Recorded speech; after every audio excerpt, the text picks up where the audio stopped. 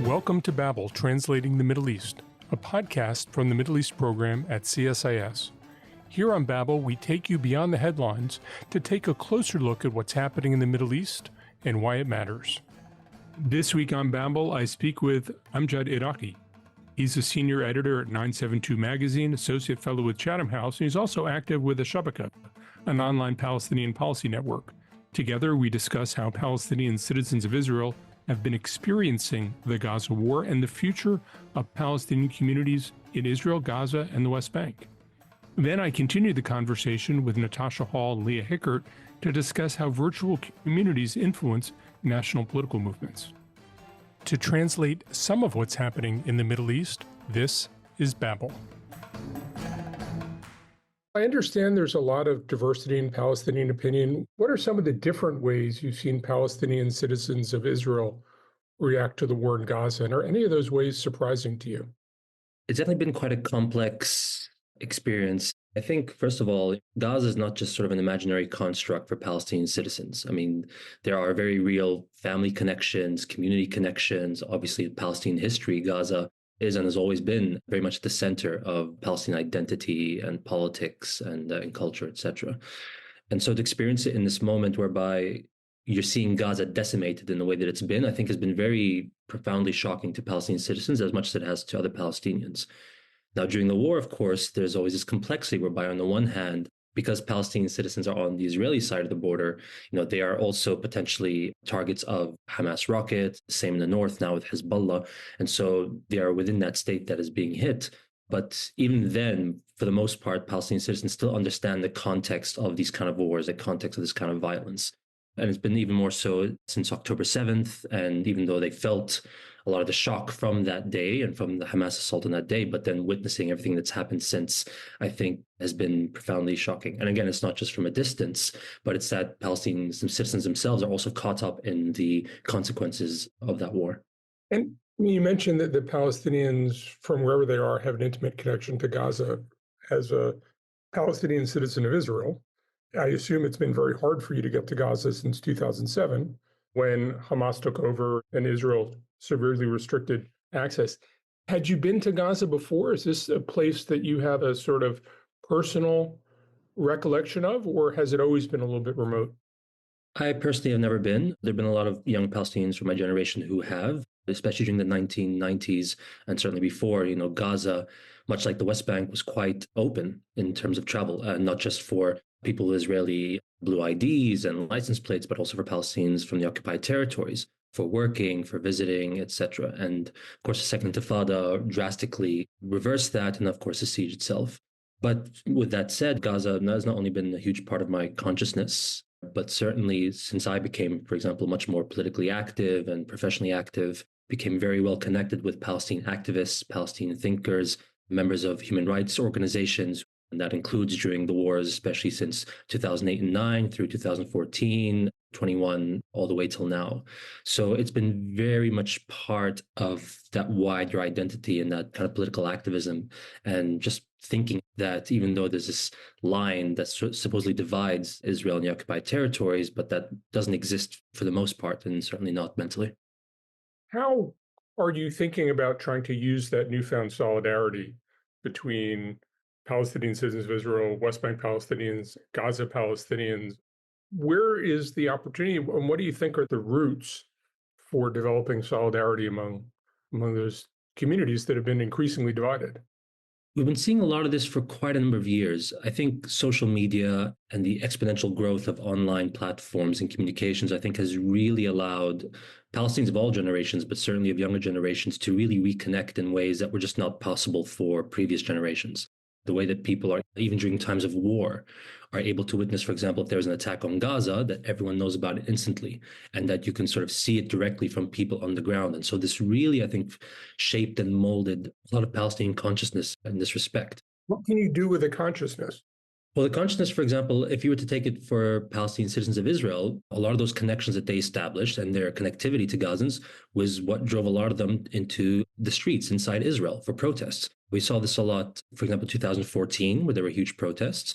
You saw this in 2021, for example, where there was a massive kind of uprising across the country, including inside Israel. And so you actually see these kind of potentials for mobilization and not necessarily what they would define as like in solidarity with each other, but like in partnership with each other. And obviously, they're very aware of the massive asymmetries and dynamics and rights and privileges that they all have. But it's been made a point to try to maximize on that. And so that synchronization, I think that especially that we saw in May 2021 was quite astounding. Like, I'm not sure if you could have seen that in previous generations. And with that, of course, comes also the repression. And I think this past year is indicative of that.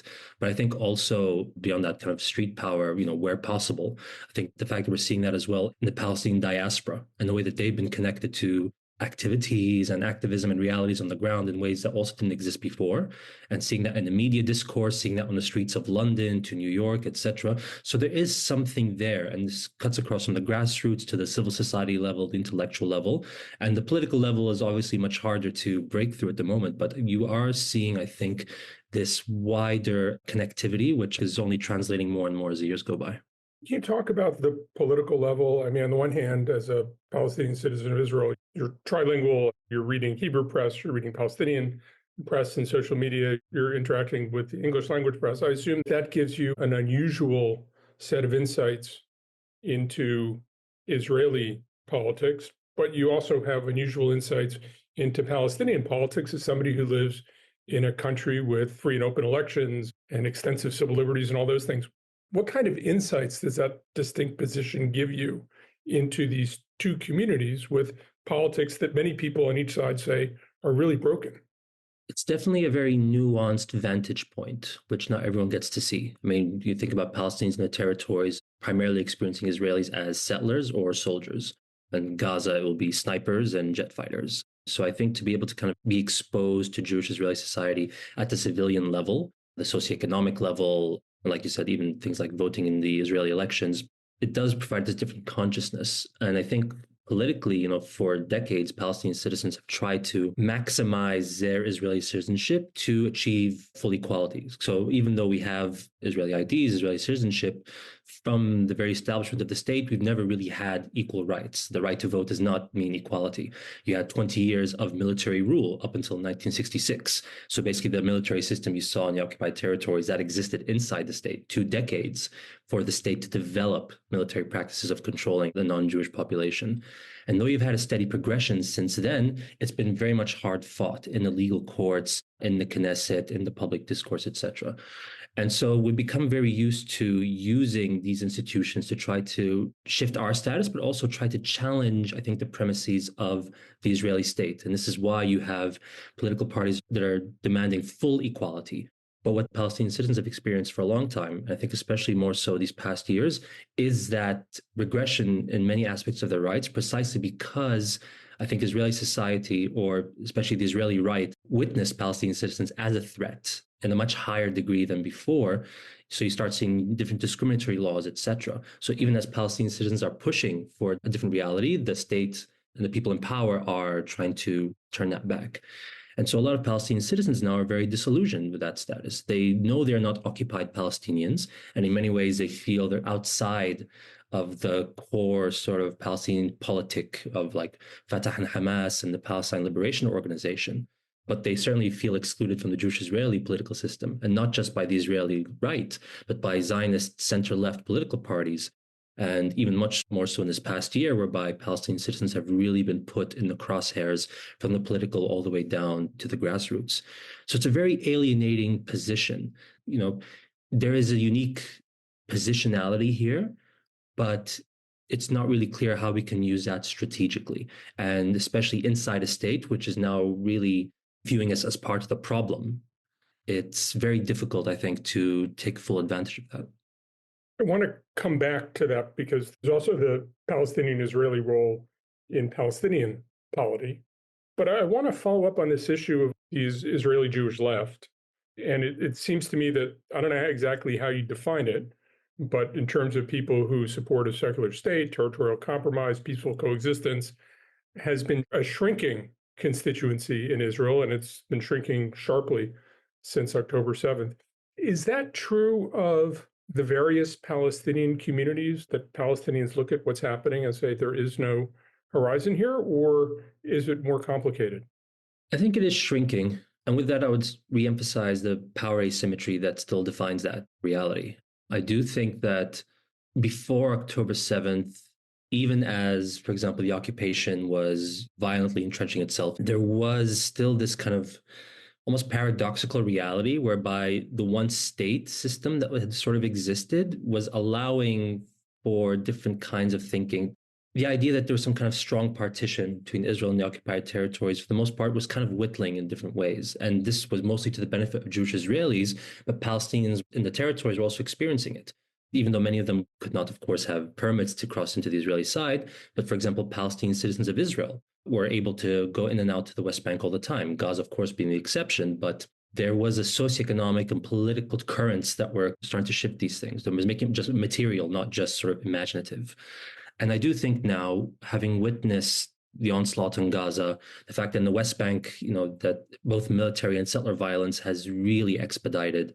And there's a sense among a lot of Palestinians now, having witnessed this massive catastrophe, this reinvigoration of the Nakba, as they frame it, it's that they can't fathom a life next to Jewish Israelis. If that was somehow even imagined before, I think now it's much more difficult. And that includes Palestinian citizens of Israel, who, despite always being second-class citizens, are used to being among Jewish Israeli society. But from the past year, everything from the rhetoric you see in the media to the way Israeli politicians speak about you to when you go to the grocery store or to the university, you sense Jewish Israeli society has kind of bought into this almost totalitarian pact that we are recruited by the state to watch over Palestinian citizens and to remind them not to speak up, or to remind you that you need to maintain that second-class status. And you feel that all across. So even inside Israel, there are a lot of Palestinians who are finding it difficult, like, how do I survive this society? Which, for many of them, feel like they've shown their true colors with what has happened in Gaza. And so that's a very terrifying thing to reverse. And I think in Jewish Israeli society right now, there's still this almost adrenaline rush from October 7th that's still surging in many respects, and that includes inside the country. It's like October 7th is still playing over and over, with no grappling in Jewish Israeli society what is happening in Gaza or in the West Bank. And so I think as long as that's the case, then yes, I do think it's very difficult to see how you can reestablish connections or trust or a sense of safety among both societies. And even then, there's still one group in power and the other is being subjected to that power. And so whatever ways forward needs to take that seriously into account. But is there a way in which the Palestinian-Israeli experience, if it were to reach a better point, is there a way it could inspire a different kind of solution or confidence in a different kind of solution for Palestinians both in the West Bank and Gaza? I mean, is there a way in which demonstrating the potential for coexistence to both Israeli Jews and others could suggest a different possibility than military conquest for how this conflict proceeds? It certainly could, and it has for many years. But the problem, especially since the 90s when the PLO also adopted the two-state framework, it's that you now have both Jewish Israeli politics and one of the kind of mainstream of Palestinian politics accepting the idea of partitioning of the land, partitioning of the people, and the idea that there's a separateness that needs to exist in order to make a solution fair and equitable and just. Now, I think that's being critiqued and whittled away for quite a few years, and there's a bit of a resurgence now because Palestinian citizens defy that. They defy that in their identity. They defy that partition in their experience of the land and the status that they have, etc. And so that model is still there. But like I said, the main Palestinian political parties are still thinking about two-statism and still seeing their future only bound to a portion of their historic land, and they're accepting that, even though I think the Palestinian public is much more critical of that position. And Jewish Israeli society is either wants to be completely separate from Palestinian society or, at the worst case scenario, to expel them.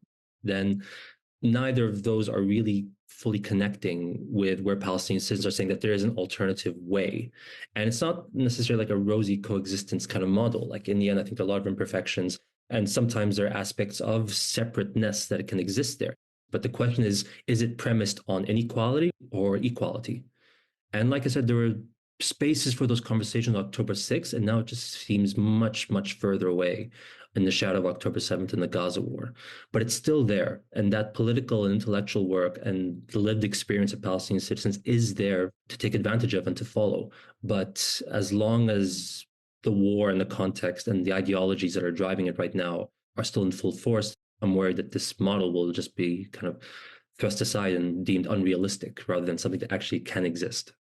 As you look at what's happening, do you sense we are getting close to the end of the war in Gaza? Do you think we're far from the end of the war? I mean, how do you read both the Palestinian side and the Israeli side for how willing people are to move to a new phase? To be honest, I think it's misleading to even think about an end to the war, because even if there is one, whether it's a couple of weeks away, months, years away, there's still likely going to be an occupation, which in itself is a war on Palestinians by other means. And structures of violence and mechanisms of violence are still going to be there. And so I think that's really important to put on the table, because there's all this kind of talk of the day after. And most policy conversations that I've been seeing, rarely put Palestinians at the center of that, what they need, what they want, the fact that they have the right to the ownership of their own land and rebuilding and reconstruction and future. And the fact that the Israeli state still sees itself as entitled to decide that, both externally, but also internally. And so I think as long as that's the case, then you're not really seeing a true end to the war. And, this is manifesting in the divergences in the ceasefire negotiations, to how international actors are planning what Gaza is going to look like if they even get to a cessation of hostilities. And so I think that needs to be very, very deeply challenged. And this is why I think it's crucial, even as actors are trying to push for a ceasefire, to make those principles clear, that Gaza belongs to the Palestinians, that it's not for Israelis to dictate. And that's exactly part of the problem. That's exactly what's generating the kind of Palestinian resistance in all its forms, whether it's in Gaza or the West Bank. And also the idea that Jewish Israeli society takes precedence in what is security, what is safety, and even the very concept of the Jewish state, and being able to sustain that by any means necessary. And as we're seeing in Gaza, as a manifestation of that, then I think also Palestinian citizens of Israel are also very much under threat. They are all interconnected. It comes back again. Is this land supposed to be a place that is defined exclusively or predominantly by one people, by one ethno-national group, or can it actually be envisioned as a different kind of shared partnership that exists? But that really requires a rethinking of the way that partition has really seeped into our political and policy thinking. And that really needs to be whittled away. And of course, one place it hasn't is in the Palestinian right and the Israeli right. I mean, their maps of Palestine or Israel look identical, except whether they include the Golan Heights or not. The Hamas map and the right-wing Israeli map are the same. Do you foresee a way to have a pact that would bring together people who agree that there needs to be some sort of partition and a mutual agreement to exclude people who are arguing for domination of one over the other? And if you do that, how do you deal with the fact that so many of those people who are arguing for domination see themselves as guided by God? I mean, the map illustration is very indicative of this, whereby on the one hand, it does seem almost like a right-wing or maximalist vision, and at the same time, it's actually the reality. So there's often this myth that the one-state reality has been sort of in existence only for a couple of years or just in the past decade, but it actually began from the moment that Israeli troops set foot on the Jordan Valley and the Gaza coast in June 1967. Like, that was the moment that the full state, and almost like historic Palestine as Palestinians see it, or the land of Israel, that was when it was complete. That's the irony of the June 1967 war. And in many ways, that line, the green line, did not exist for 2 decades until Oslo actually instituted the permit system and different kinds of checkpoints. So in a very strange way, that map is actually correct. And this again comes back to the core issues, actually, whether the societies can envision that without that domination or that exclusivity. And I do think that on the ground, there are much more complex and sobering ways that the societies have learned to live with that, more so than necessarily like ideological, intellectual debates. Like I mentioned, I think Palestinians and Israelis have lived beyond the green line in many respects, and trying to create the political and socioeconomic conditions that make that doable without having to feel that you need the other person to give up X and Y rights. I think that requires a massive reshifting again of the conditions that allow that. Like at the moment, the structures are incentivizing Israeli Jews to maintain that dominance. So if you've had a secured one state reality for, let's say, just the past 15 years, where Jewish Israelis have actually accepted the no state solution or this kind of de facto one state solution, because it says, oh, we actually come out on top. And so I think trying to revise that equilibrium is about actually empowering Palestinians to increase their rights and their status under that system and reducing Israeli Jewish ability to dictate that. And this comes back to all the policy conversations we've had for a long time. It's everything from questioning the massive military support that Israel gets to maintain that physical dominance. And I think on the Palestinian side, you've had, even with groups like Hamas, which still obviously sometimes has maximalist rhetoric, but they have also shown political pragmatism for years now, for even accepting things like the 1967 borders, even as they still see Palestine, the historical Palestine, as a homeland. But I don't think you can erase that from Palestinians' mind any more than you can erase it from Jewish Israelis' minds that, oh, this is a land of Israel. So I do think that there's a way to ideologically piece that together.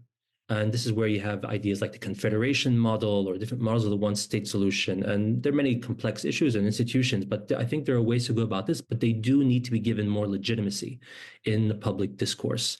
And it's hard to do that inside now, but I do think that even trying to legitimize that a bit more internationally to understand why the two-state solution is not actually in anyone's favor in many respects, whereby partition is undesirable by both Palestinians and Jewish Israelis.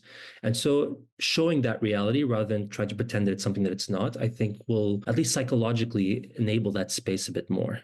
And it's hard work and it's much harder than it is now, but I think the infrastructure is there to think about it very differently. And again, Palestinian citizens of Israel have done that work for many years. So I think there's a lot to build off of. And I wonder how you pivot from the current circumstance where Israelis feel more threatened than ever before and Palestinians feel more aggrieved and suppressed than ever before. How we go from that to the degree of trust that one would need to make that system work. I don't know how you get the intermediate steps from where we are. I mean, to be blunt, a key starting point is having to make Israelis realize that they don't have the same impunity anymore. The problem is that if Jewish Israeli society sees that there are no consequences for embracing the most extremist elements of Zionism, then why would they change course? It's not just sort of like an ideological embrace, but it's a very rational thinking whereby if we're winning this way, then why would we do anything differently?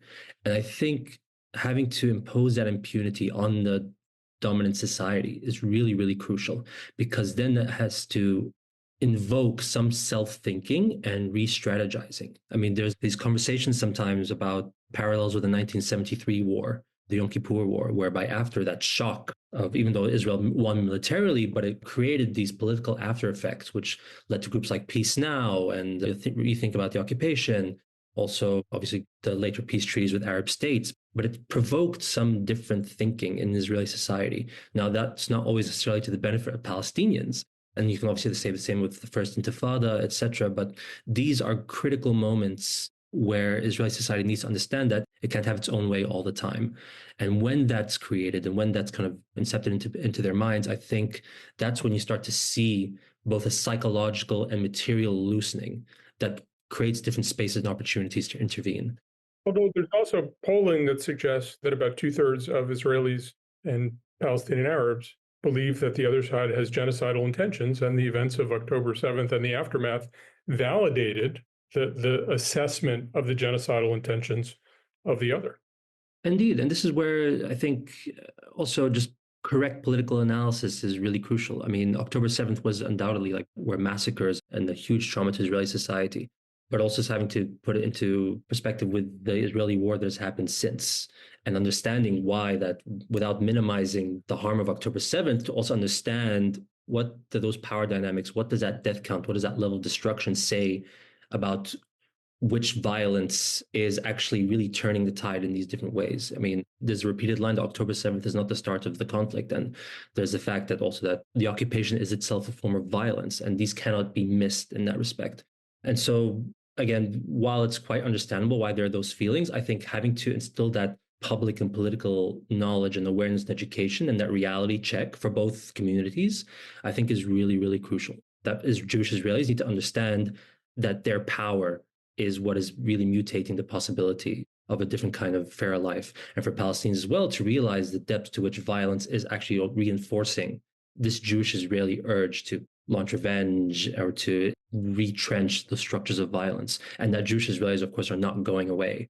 I think it's quite mixed and complex in both societies, and it's different segments. And I think sometimes things that are known in private are not always the things that are said in public, least of all on social media.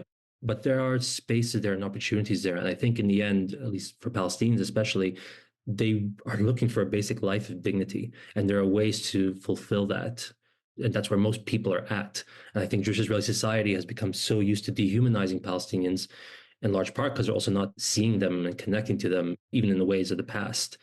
And that's allowed for probably the worst war in the history of the conflict.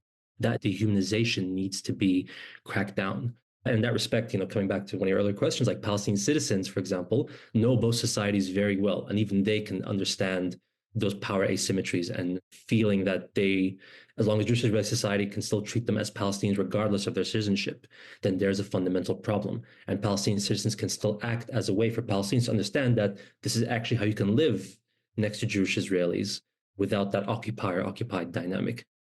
It's my understanding you're now based in London. You've moved from being in Haifa and from central Israel, where you were born and grew up, but now you're part of the Palestinian diaspora. What do you think you're missing by not being on the ground?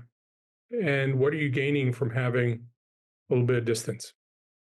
I've certainly gained a lot of freedom to say and do my work. I remember when October 7th happened, and especially in the first weeks and months of the war, I'd taken it upon myself to just say yes to a lot of media events, podcasts, to interviews, etc., writing things, understanding that the society back home, my community back home, was very much paralyzed with fear.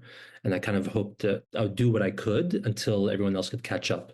But that paralysis really went on for a long time. And still a lot of people, even a year on, are still very terrified with very real reasons to fully speak up.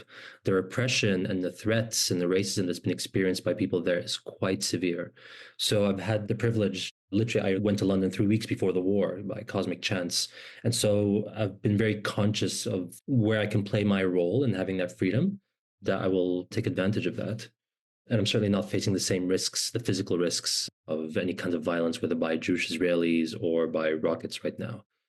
And in terms of what I'm missing, nothing can ever really change your understanding of life on the ground when you're on the ground, like when you're seeing it all for yourself, when you're feeling it. And I went back for a visit a couple of months ago.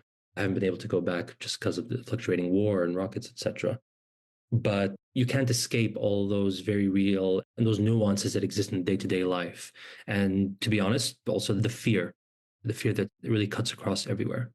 So it's always a double-edged sword, but I'm kind of taking my position for what it is at the moment. I'm hoping to go back and experience those things and do what I can. And I'm trying to hold the line as much as possible. I mean, me among many, many others, and taking my cues also and becoming part of the Palestinian diaspora and trying to shake things up in capitals. And also obviously experiencing disillusionment of not being able to, that despite massive mobilization over the past year, that's meant very little on the ground. So I'm very conscious of the disconnect also in the conversations and the actions that are there. So it's a very strange position to be in, but it's all hopefully kind of contributing at least somewhat to at least as much of the end of this war, and then hopefully at least thinking for ways forward, especially for Palestinians in Gaza, most of all, who I think need every helping hand to get through this. Amjad, Iraqi, thank you very much for joining us on Babel.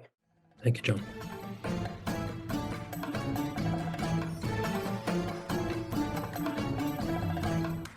The internet has built solidarity among disparate groups within the Palestinian national movement. How else has this happened in the region? I think you've seen it in a lot of places. And it's not just the internet. I mean, a lot of it started with Arab satellite television. I wrote about it 25 years ago. But there is a way in which the intimacy with which people can keep up with whatever they want to, and the way in which curators can deliver messages that reach people based on people's engagement with them, I think just creates these kinds of virtual communities. How effective they are on the ground, I don't know. I think that's probably changing. But I think you're certainly within the Palestinian community where people sort of start with a fairly strong sense of belonging and attachment. I think it does strengthen that. It makes it a daily occurrence. The problem, as we've seen from the Arab Spring before and after, is how you turn the sort of virtual world into a real world. So far, people who've been trying to do that haven't been very successful. But I do wonder if something that's more drawn out, something that is more focused, like the war in Gaza, gets Palestinians to engage with each other across these different communities, the Palestinian Arab community, the West Bank community, and the Gaza community, and really does forge a much more active, durable, ongoing engagement and identity than you had before. Yeah, clearly the Arab Spring is the obvious example of how this sort of inflamed an entire region, right? With sort of similar aspirations, yet very disparate contexts. And I always remember an Iraqi friend of mine that grew up in Iraq during the Saddam era told me, before the fall of Saddam, if the Arab Spring had happened, they wouldn't have even known that there was a revolution in Egypt had they not been, for example, watching an Egyptian soccer match and saw people holding up signs that said Sisi instead of Mubarak. I mean, there was no other way because they were just completely shut off from the rest of the region. And what they saw and what they watched was what the regime wanted them to watch. But I mean, that changed with satellite television in the 90s. I mean, by the Arab Spring, that had been going on for decades. I think the issue with the Arab Spring is you can protest something, but how do you support something? And where social media fell apart in the Arab Spring was not in communicating common dissatisfaction. It was what you can constructively do to replace something unsatisfactory with something more satisfactory. And to my mind, I don't think any audience has really figured out how to use social media in that way. We might see it with Palestinians now. As I said, I think it's really interesting because you do have people crossing these different borders with very different environments in Gaza and the West Bank and Israel. But how you forge that to be something creative, positive, constructive, rather than protesting something unsatisfactory, to my mind, is something that no community has quite mastered. And I think also, how do you combat the flip side of that, which is it's another opportunity for the forces that oppose change to surveil you and to crack down on any kind of dissent or protest before it even happens in real life, right? So, I mean, that's what the Syrian regime did. That is what the Jordanian government is pretty effectively doing right now.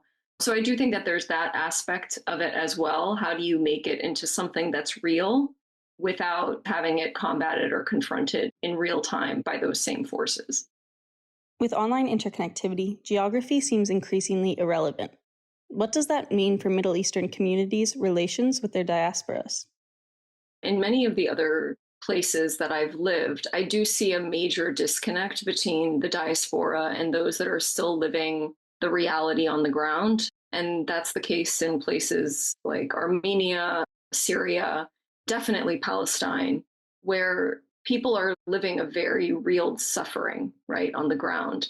And yet a diaspora is able to really push maximalist aims from the safety of exile in a lot of cases. And it makes compromise sometimes even more challenging, especially when you have leaders of those communities outside of the actual context as well. So I do think that the geography still matters quite a lot. That said, and I think Amjad said this, he can take advantage of that safety as well, right? He still has that connectivity with people on the ground, and yet he has the safety with which to connect with real influencers and power brokers in other parts of the world.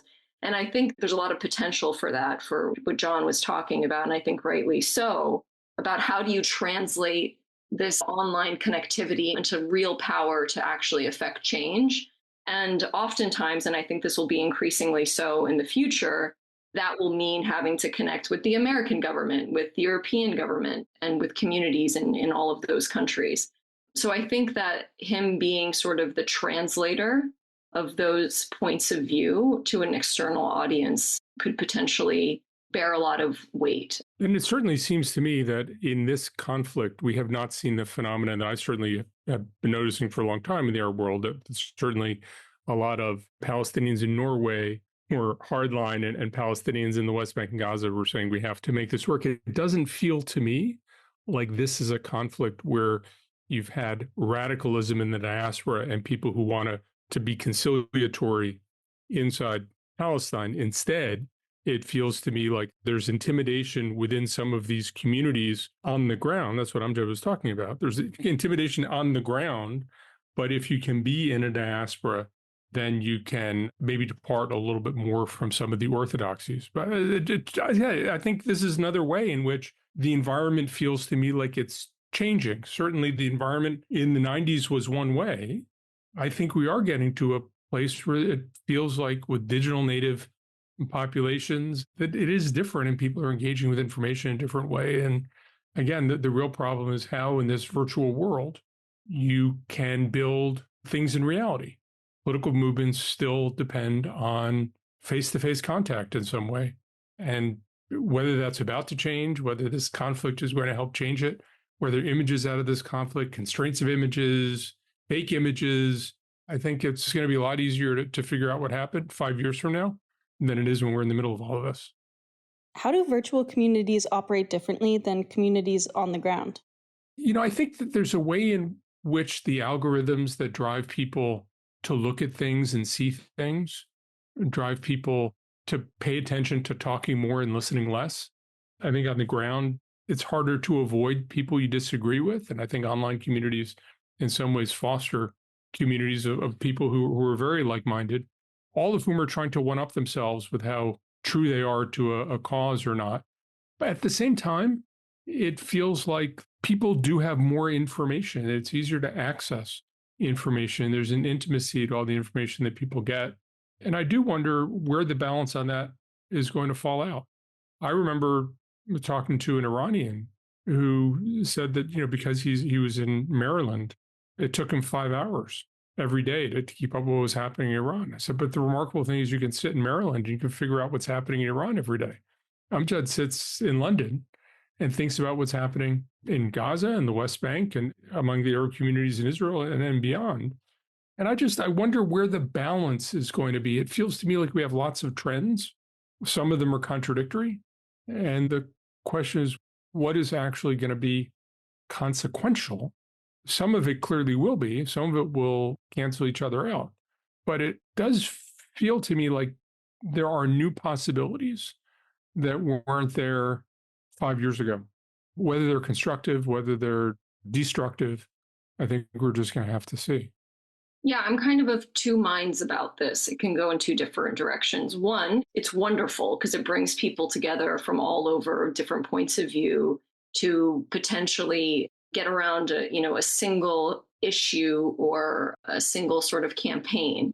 The flip side of that is that it's easier. It's easier to get together, which is a wonderful thing, but is that the hard work that is required for real systematic change? And I mean, just from my experience with the Arab American community, we have sort of the communities there, the online communities, but whether or not there's that sort of real political economic force behind it that, is unifying a community around a certain cause, that I haven't entirely seen yet.